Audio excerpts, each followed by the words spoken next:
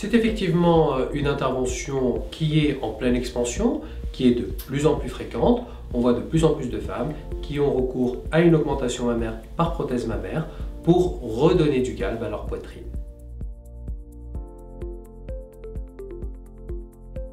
Il ne faut pas en avoir peur, c'est une opération qui est actuellement très bien maîtrisée par les chirurgiens esthétiques qualifiés. J'ai de plus en plus de demandes pour un résultat naturel et le chirurgien esthétique doit être à l'écoute des souhaits de la patiente.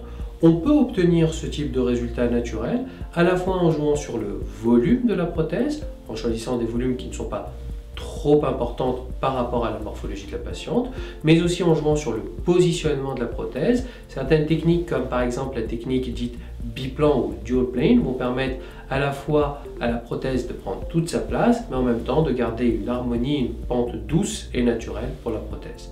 Donc pour toutes ces raisons, actuellement c'est une technique très bien maîtrisée et il n'y a pas lieu d'en avoir peur. Pour se conformer au mieux aux souhaits de la patiente, il y a des séances d'essai qui sont très importantes et qui vont permettre à la patiente de visualiser le résultat post-opératoire.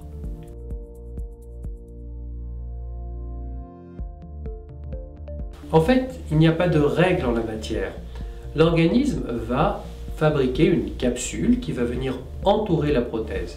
Cette capsule, fabriquée naturellement par l'organisme, va se modifier avec le temps. Elle va vieillir en quelque sorte et elle va donc durcir et progressivement se calcifier. Cela peut devenir à un moment gênant pour la patiente, mais ce phénomène et ce processus peuvent être très lents. Ils peuvent mettre 10 ans, 20 ans, 30 ans et parfois ce phénomène ne survient jamais. La raison la plus fréquente pour laquelle on change les prothèses mammaires, c'est l'apparition de ce que l'on appelle une coque qui peut devenir gênante, mais qui encore une fois peut survenir après de très longues années.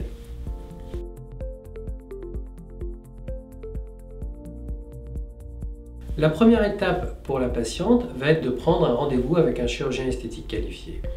Lors de cette consultation, il y a un temps fondamental qui est le temps d'écoute. La patiente va pouvoir s'exprimer, elle va pouvoir à la fois donner son ressenti par rapport à son vécu, mais elle va aussi pouvoir exprimer au chirurgien ses souhaits par rapport aux résultats qu'elle espère. Il y aura des séances d'essayage pour essayer de voir quel type de résultat va souhaiter la patiente. En fait, le chirurgien va adapter sa réponse aux souhaits de la patiente. En ce qui concerne la chirurgie à proprement parler, il faut prévoir quelques jours, voire une petite semaine de repos après l'intervention.